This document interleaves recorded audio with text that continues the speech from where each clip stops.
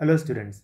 तो इस वीडियो के अंदर हम लोग मैग्नेटिक इफेक्ट्स ऑफ करंट की कैटेगरी में एक बहुत ही कमाल का क्वेश्चन लेने वाले हैं। बहुत ही अच्छा कंसेप्चुअल क्वेश्चन है ये।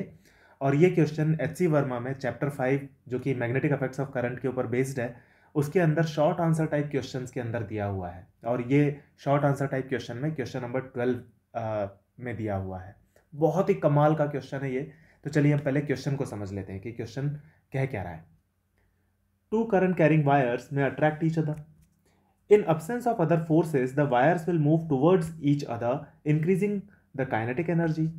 Does it contradict the fact that magnetic force cannot do any work and hence cannot increase the kinetic energy? क्या गजब का क्वेश्चन है ये। तो देखिए मैं आपको पहले क्वेश्चन और डिटेल में समझा देता हूँ कि क्वेश्चन कह क्या रहा है। क्वेश्चन ये कह रहा है कि मान लीजिए ये दो वायर्स हैं और ये दोनों एक दूसरे के पैरेलल हैं। इसमें करंट बह रहा है I1 और इसमें करंट बह रहा है I2। अब हमको पता है कि अगर दोनों में करंट सेम डायरेक्शन में होगा तो ये दोनों जो वायर्स हैं ये अपने करंट्स के कारण एक दूसरे को अट्रैक्ट करेंगे। ये बात हम जानते हैं। यानी कि I2 वाला जो वायर है उसकी तरफ उसके अंदर एक फोर्स महसूस होगा उसको I1 वाले वायर की तरफ, और I1 वाला जो वायर है उसके अंदर फोर्स इक्वल एंड अपोजिट आ जाएगा I2 वाले वायर की तरफ। ये फोर्स यहाँ पे आ जाएंगे। अब अगर ये दोनों फोर्सेज जो होंगे मैग्नेटिक फोर्स होंगे, ये बात हमको पता है। अब ये जो मैग्नेटिक फोर्सेज हैं इसके कारण ये वायर एक दूसरे के करीब भी आएंगे, तो फोर्स की डायरेक्शन में डिस्प्लेसमेंट भी होगा। तो यहाँ तो हमको दिख रहा है कि ये मैग्नेटिक फोर्स के कारण जो वर्क डन है ये पॉजिटिव आ जाएगा। और हमको पता है कि मैग्नेटिक फोर्स तो वर्क कर नहीं सकता, ऐसा हम लोगों ने हर जगह पर पढ़ा है पूरे के पूरे मैग्नेटिक इफेक्ट्स ऑफ करंट के चैप्टर में कि मैग्नेटिक फोर्स का वर्क डन जीरो होता है चार्ज पार्टिकल के ऊपर। तो फिर क्वेश्चन ये खड़ा होता है कि यहाँ पे तो हमको पॉजिटिव दिख रहा है, तो ये तो एक कॉन्ट्रडिक्शन हो गया। तो इस कॉन्ट्रडिक्शन को हम कैसे रिजॉल्व करें, ये क्वेश्चन है। तो मैं होप कर रहा हूँ स्टूडेंट्स कि आपको क्वेश्चन ठीक से समझ में आ गया है। ठीक है, तो अब क्वेश्चन क्योंकि मैंने आपको समझा दिया है तो अब आप एक बार वीडियो को पॉज करके खुद से इस क्वेश्चन को ट्राई कर लें। आप इस पर सोचें कि ऐसा कैसे हो गया कि मैग्नेटिक फोर्स का वर्क डन नॉन जीरो आ गया, जबकि हर जगह हमने पढ़ा है कि जीरो आना चाहिए। ठीक है, तो आप इसके ऊपर सोचें कि इस कॉन्ट्रडिक्शन को आप कैसे रिजॉल्व करेंगे और फिर उसके बाद में आप मेरे सॉल्यूशन को देखें। तो चलिए हम इसको सॉल्व करते हैं। बहुत बढ़िया क्वेश्चन है ये। तो देखिए यहाँ पे मैंने दोबारा से इन वायर्स को ड्रॉ किया हुआ है I1 I2। ये दो करंट कैरिंग वायर्स हैं, मान लेते हैं काफ़ी लंबे वायर्स हैं। ठीक है, अब अपन क्या करते हैं, I2 वायर को एनालाइज करते हैं। तो हमें पता है कि I1 वाला जो वायर है उसके कारण जो मैग्नेटिक फील्ड आएगी I2 वाले वायर की लोकेशन पर वो into the plane of the paper आएगी। तो उसको मैंने रिप्रेजेंट किया हुआ है B1 से। B1 जो है वो I1 वाले वायर के कारण मैग्नेटिक फील्ड है I2 वाले वायर की लोकेशन पर। ठीक है, तो वो into the plane of the paper आएगी, ये बात आप जानते ही हैं। तो अब अगर हम I2 वायर के ऊपर अगर इस B1 मैग्नेटिक फील्ड के कारण फोर्स निकालें तो वो आइडियल क्रॉस बी के हिसाब से आएगा टुवर्ड्स द वायर I1। तो यानी कि ये फोर्स जो आ रहा है ये तो टुवर्ड्स द लेफ्ट डायरेक्शन ही आ रहा है, इस डायरेक्शन में फोर्स आ रहा है। और ये फोर्स क्यों आ रहा है I2 के ऊपर, क्योंकि I2 वाला जो वायर है उसके अंदर इलेक्ट्रॉन्स मूव कर रहे होंगे। तो चार्ज पार्टिकल जब भी मैग्नेटिक फील्ड के अंदर मूव करता है तो चार्ज पार्टिकल फोर्स एक्सपीरियंस करता है, और वायर के अंदर जो इलेक्ट्रॉन्स हैं वो अगर फोर्स महसूस करेंगे टुवर्ड्स द I1 वाला वायर, तो उसके कारण I2 वाला जो वायर है वो एज अ होल एक फोर्स महसूस करेगा टुवर्ड्स I1 वाला वायर, है कि नहीं। तो ये यहाँ पे कंडीशन बनेगी। तो ये इसके अंदर हो रहा है। ठीक है, तो ये फोर्स आ जाएगा। तो अब क्वेश्चन ये है कि यहाँ तो हमको दिख रहा है कि ये पॉजिटिव वर्क कर देगा इस तरीके का फोर्स, तो लेकिन मैग्नेटिक फोर्स का वर्क डन टोटल होना चाहिए जीरो। तो अब हमको यहाँ पे यही प्रूव करना है कि ये जीरो कैसे होगा।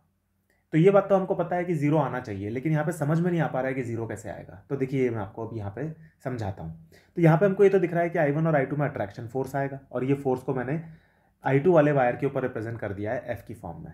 तो अपन क्या करते हैं, I2 वाले वायर में एक इलेक्ट्रॉन कंसीडर करते हैं, जो कि मैंने यहाँ पे शो किया हुआ है। ये एक इलेक्ट्रॉन है, और हमको पता है कि इलेक्ट्रॉन जो होता है वो करंट के अपोजिट डायरेक्शन में चल रहा होता है, या फिर जिस डायरेक्शन में इलेक्ट्रॉन चल रहे होते हैं उसके अपोजिट डायरेक्शन में हम करंट को मानते हैं। तो यहाँ पे ये जो इलेक्ट्रॉन है ये डाउनवर्ड डायरेक्शन में चल रहा होगा अगर करंट ऊपर की डायरेक्शन में है तो मान लेते हैं कि इस इलेक्ट्रॉन की जो ड्रिफ्ट वेलोसिटी है वो है Vd। तो ये Vd जो है ये ड्रिफ्ट वेलोसिटी है इस इलेक्ट्रॉन की। ठीक है, और इस Vd के कारण जो इस इलेक्ट्रॉन के ऊपर फोर्स आएगा इस B1 मैग्नेटिक फील्ड के कारण, देखो ये इलेक्ट्रॉन जो है ये B1 मैग्नेटिक फील्ड के अंदर मूव कर रहा है। B1 जो है वो I1 वाले वायर के कारण मैग्नेटिक फील्ड है, तो उसके कारण जो फोर्स आएगा वो किस डायरेक्शन में आएगा, टुवर्ड्स द I1 वाला वायर। तो ये फोर्स आ जाएगा इस इलेक्ट्रॉन के ऊपर, और इसी तरीके का फोर्स आएगा सारे के सारे इलेक्ट्रॉन्स के ऊपर जो कि I2 वाले वायर के अंदर चल रहे होंगे। ठीक है कि नहीं। तो ये पूरा का पूरा वायर जो है F4 से लेफ्ट डायरेक्शन में चलना चालू करेगा। जैसे ये चलना चालू करेगा तो अब क्या होगा कि एक वेलोसिटी आ जाएगी इस इलेक्ट्रॉन के पास में towards the left direction, wire के चलने के कारण इलेक्ट्रॉन भी लेफ्ट डायरेक्शन में चलेगा, लेट्स से वो एक वेलोसिटी आ जाएगी v। तो अब इलेक्ट्रॉन के पास में दो दो वेलोसिटीज हैं, एक तो है ड्रिफ्ट वेलोसिटी जिसके कारण इलेक्ट्रॉन डाउनवर्ड डायरेक्शन में जा रहा है, और एक वायर के चलने के कारण इलेक्ट्रॉन लेफ्ट डायरेक्शन में आ रहा होगा v वेलोसिटी से। तब दो दो वेलोसिटीज हो गई, तब दोनों वेलोसिटीज के करस्पॉन्डिंग मैग्नेटिक फोर्स लगेगा। तो एक तो मैग्नेटिक फोर्स लग रहा है, अपन इसको बोल देते हैं लेट्स से ये F फोर्स है। तो ये F फोर्स जो लग रहा है ये तो ड्रिफ्ट वेलोसिटी के कारण लग रहा था। दूसरा, अब ये जो v वेलोसिटी आ गई है इसके कारण भी एक मैग्नेटिक फोर्स आ जाएगा, b1 जो है वो इस वेलोसिटी के कारण भी मैग्नेटिक फोर्स लगाएगा। तो इस वेलोसिटी के कारण जो मैग्नेटिक फोर्स आएगा वो किस डायरेक्शन में आएगा ये देख लेते हैं। तो क्यू वी क्रॉस बी से हम देख सकते हैं, आप यहाँ पे आपको ये तो पता ही है कि जो मैग्नेटिक फोर्स का फॉर्मूला होता है वो होता है क्यू वी क्रॉस बी। तो इसी फॉर्मूले को यूज़ करके हमने ये वाला फोर्स निकाला था एफ फोर्स, है कि नहीं? ये वाला फोर्स भी हमने इसी फॉर्मूले को यूज़ करके निकाला था ड्रिफ्ट वेलोसिटी के करस्पॉन्डिंग। अब ये जो v वेलोसिटी है इसके करस्पॉन्डिंग भी हम फोर्स निकालते हैं, सेम b1 मैग्नेटिक फील्ड के कारण। वो फोर्स किस डायरेक्शन में आ जाएगा? क्यू वी क्रॉस बी से वो फोर्स आएगा, क्योंकि इलेक्ट्रॉन है तो हमको उल्टा करना पड़ेगा, तो ये फोर्स आएगा अपवर्ड डायरेक्शन में। ठीक है, तो इलेक्ट्रॉन के ऊपर इस अपवर्ड डायरेक्शन में भी एक फोर्स आ जाएगा, ये आएगा इस v वेलोसिटी के कारण। ठीक है, तो इसको अपन एफ वी बोल देते हैं, क्योंकि v वेलोसिटी के कारण फोर्स है तो इसको एफ वी बोल देते हैं, और ये वाला जो फोर्स है इसको अपन एफ वी डी बोल देते हैं। तो अब हमको और अच्छा डिस्टिंक्शन हो गया कि ये एफ वी डी जो फोर्स है ये ड्रिफ्ट वेलोसिटी के कारण फोर्स आ रहा है, b1 मैग्नेटिक फील्ड और ड्रिफ्ट वेलोसिटी के कारण फोर्स आ रहा है, और ये जो एफ वी जो फोर्स है ये v वेलोसिटी और b1 मैग्नेटिक फील्ड के कारण फोर्स आ रहा है। तो अब आप देखो कितनी कमाल की कंडीशन है कि ये जो इलेक्ट्रॉन है इसको मैं अलग से एक बार और ड्रॉ कर लेता हूँ। इसके ऊपर एक तो फोर्स आ रहा है, और ये दोनों मैग्नेटिक फोर्सेज ही हैं। ये जो एक फोर्स आ रहा है एफ वी डी, ये एक मैग्नेटिक फोर्स आ रहा है इस इलेक्ट्रॉन के ऊपर ड्यू टू ड्रिफ्ट वेलोसिटी, और एक इस इलेक्ट्रॉन के ऊपर फोर्स आ रहा है in the upward direction F V due to velocity of the wire. ये दो फोर्सेज इसके ऊपर आ रहे हैं। ठीक है, अब देखो वेलोसिटी ऑफ द वायर जो है वो तो इस डायरेक्शन में है, ये है v, और डाउनवर्ड डायरेक्शन में है vd, ये कंडीशन है। तो अब देखो ये जो एफ वी जो फोर्स है ये क्या करेगा कि इस vd को कम करने की कोशिश करेगा, या फिर अपन इसको ऐसा बोल सकते हैं कि इलेक्ट्रॉन जो नीचे की तरफ जा रहा है तो इस एफ वी फोर्स के द्वारा जो वर्क किया जाएगा वो फोर्स के द्वारा वर्क नेगेटिव किया जाएगा। तो हम बोल सकते हैं कि work done by F V force जो होगा ऑन इलेक्ट्रॉन वो तो हो जाएगा नेगेटिव, और work done by F V D force जो होगा, work done by F V D, ये जो फोर्स आएगा ये आएगा पॉजिटिव, क्योंकि इलेक्ट्रॉन जा भी लेफ्ट में जा रहा है, ये v वेलोसिटी के कारण लेफ्ट में जा रहा है और फोर्स भी लेफ्ट में लग रहा है। तो work done by F V D force जो होगा वो पॉजिटिव होगा, work done by F V force जो होगा वो नेगेटिव होगा।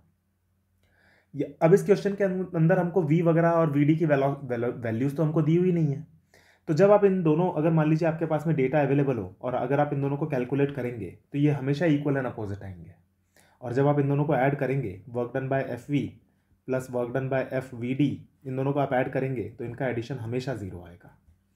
इसीलिए work done by magnetic force जो है टोटल वो इस इलेक्ट्रॉन के ऊपर हमेशा जीरो आएगा, ये ऐसा हमेशा होगा।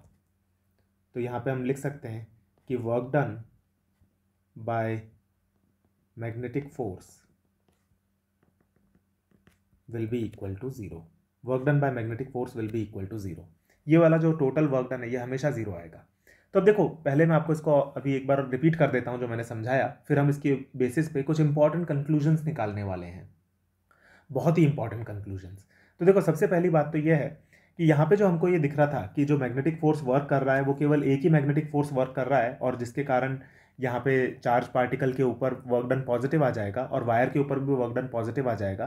तो उस वाली सिचुएशन में हमने एक वर्क को मिस कर दिया था जो कि ये वाला वर्क था, इस फोर्स के कारण भी वर्क आ रहा होगा, वायर के अंदर भी तो इलेक्ट्रॉन जो है वो फोर्स महसूस कर रहा होगा। तो यहाँ पे मैग्नेटिक फोर्स दो दो तरीके से वर्क कर रहा होगा, एक तो लेफ्ट में शिफ्ट करने में पॉजिटिव वर्क कर रहा होगा इलेक्ट्रॉन के ऊपर, और ऊपर की डायरेक्शन में जो एफ वी का फोर्स लग रहा है वो इलेक्ट्रॉन के ऊपर नेगेटिव वर्क कर रहा होगा। तो एक जगह पे मैग्नेटिक फोर्स कर रहा है पॉजिटिव वर्क, एक जगह पे मैग्नेटिक फोर्स कर रहा है नेगेटिव वर्क, और ये दोनों हमेशा इक्वल एंड अपोजिट आएंगे और ये इनका एडिशन हमेशा जीरो आएगा।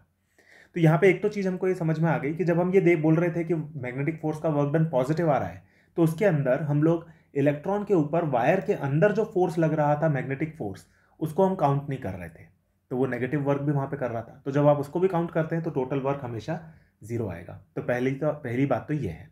दूसरी बात ये है कि ये जो एफ वी जो मैंने फोर्स बनाया है ये एक तरीके से इलेक्ट्रोमैग्नेटिक इंडक्शन के कंसेप्ट में जो इसको आप मोशनल ईएमएफ बोलते हैं, ये कुछ इस तरीके की चीज़ है।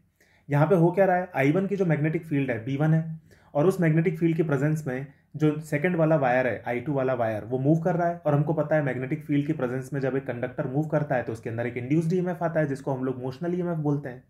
तो ये एफवी जो है ये एक तरीके से मोशनल ईएमएफ ही है, मतलब इसके कारण ही मोशनल ईएमएफ प्रोड्यूस हो रहा है जो कि पार्टिकल की ड्रिफ्ट वेलोसिटी को डिक्रीज करने का काम कर रहा है। तो एक तरीके से मोशनल ईएमएफ I2 वाले वायर के अंदर प्रोड्यूस होगा, जो कि जिसको आप बैक ईएमएफ भी बोलते हो, जो कि नेट करंट जो होगा I2 वाले वायर के अंदर उसको डिक्रीज करने की कोशिश करेगा। तो जब I2 वाला वायर I1 के करीब आएगा तो उसके अंदर करंट कम होगा, और जो करंट कम हुआ है, जो ड्रिफ्ट वेलोसिटी के अंदर डिक्रीज हुआ होगा इलेक्ट्रॉन का, वही ड्रिफ्ट वेलोसिटी के करस्पॉन्डिंग जो काइनेटिक एनर्जी है जो डिक्रीज होगी वही वायर की काइनेटिक एनर्जी में कन्वर्ट होगी। तो एक जगह पे काइनेटिक एनर्जी इलेक्ट्रॉन की डिक्रीज हो रही है और एक जगह पर वायर की काइनेटिक एनर्जी इंक्रीज हो रही है।